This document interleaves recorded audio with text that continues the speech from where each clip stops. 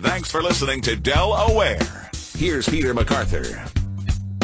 It's 9:36 here on AM 1150, 101.7 FM, WDEL.com. Del Aware, I'm Peter MacArthur for Thursday, June 18th. Well, although the U.S. economy has shown signs of improvement in recent weeks, as lockdown restrictions have eased some, millions of Americans still are looking for unemployment aid to make ends meet. Another 1.5 million workers filing for first-time jobless benefits last week. And we are this morning, as we have been for the past few weeks, talking with Chris Burkhardt from Placer Staffing in Newark. Welcome him back in. And Chris, good morning.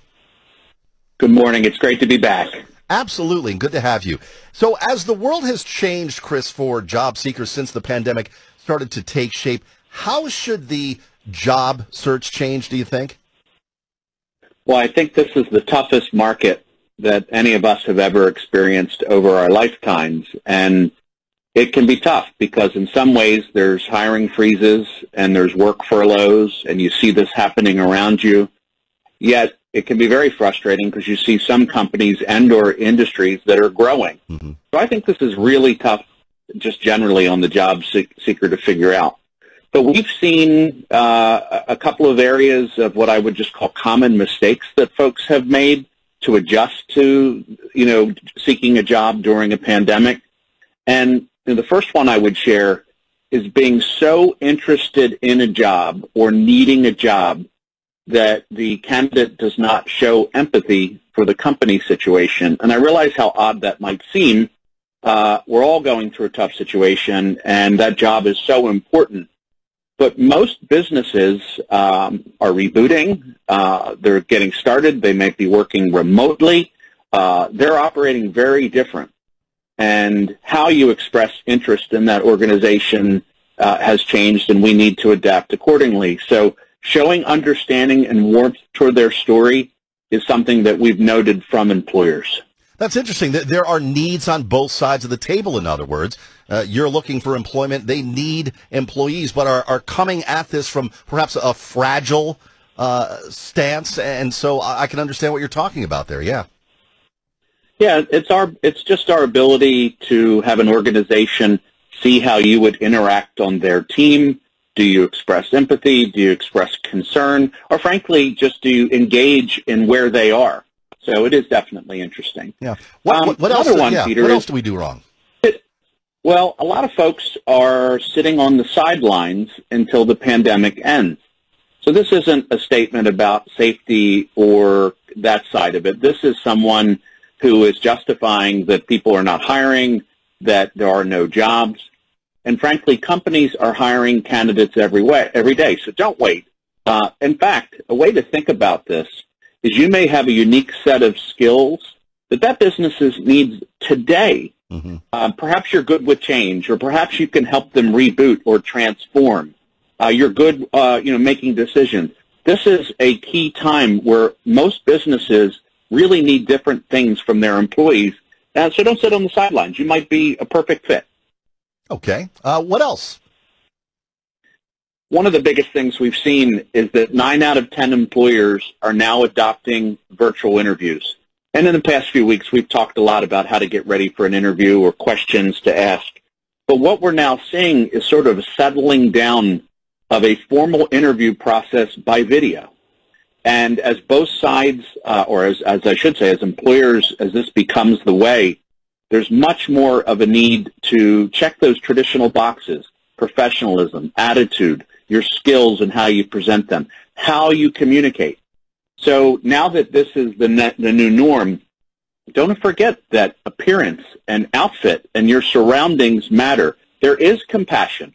Barking dogs or babies or knocks on the door, those things matter. But if you have the ability to get to a quiet place, have proper lighting, get online so you don't have any challenges to troubleshoot, that is a part of the experience. And if you can do those things well, knowing it's the new norm, then you'll stand out. Yeah, it's not comparable to your resume in importance, but maybe a little litmus test to the employer as to looking at you and behind you and around you to see how you prep, how you get ready for an assignment, quote unquote, if you will. And how flexible and adaptable you are. The other one, which is a tough one, and it's showing too much impatience. So, and we've heard this repeatedly, following up too much, even multiple times in a day.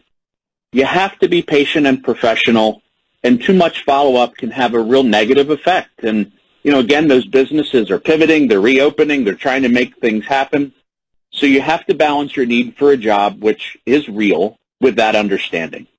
Let me inject one thing here. I think part of the frustration there is the fact that employers are not always, maybe they're not always able to be responsive, but you can sometimes go through all of the paces of getting a resume together, sending it in, and you never hear a word, it seems, sometimes. So is that just the lay of the land, and that's how you have to treat it? Or is that the sign maybe of an employer you don't want to work for anyway? Well, I think there's a couple of things to that. One, which was ironically my next point, which is only apply to jobs that you're qualified for. Yeah. There's a sense of justification that, I think I could do that job, or I used to do that job many years ago, right, or I'll take anything. So if you're not getting a return call on something that you're not qualified for, and we typically know when that is, then I don't think that the organization, I think they do owe you politeness, they do owe you some communication, but I don't think it has the same urgency as when you're qualified for the job. Yeah. I think that you can judge the way an organization manages its hiring process. It's certainly a way to think about how they treat you as a potential customer, and it certainly is a judgment about their culture and the strength of their processes and things.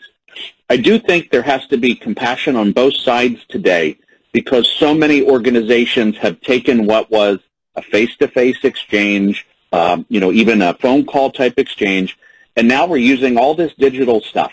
So it is a fine balance. But I will tell you this, the best organizations have strong processes to keep you in the loop on your job search, regardless of whether you're qualified or not. But those are the premier companies in the marketplace. Most organizations are working on this and fall a little short. Yeah, and those that do it well really do stand out. I want to make sure we get this in, Chris, because it's fallen up against the clock the last couple of weeks, but I think it would be a great resource for people. We've talked about the who you know element and how important that is, but obviously there's a what you know as well about this whole process. What about a book or books that people might want to look into that can at least help them keep positive as they embark on the search? I imagine your listeners would have a lot of opinions on suggestions of books, so I should share that these are just my three favorites. All right. The first two, one is Who Moved My Cheese by Spencer Johnson, and the other is Our Iceberg is Melting by John Cotter. Now, if you've lost your job suddenly and you're wondering how and why these outside forces have really impacted your life, it's kind of a great, cool book to start with, because it's about change. It's about taking charge of events that maybe are outside of your control of your life and your job.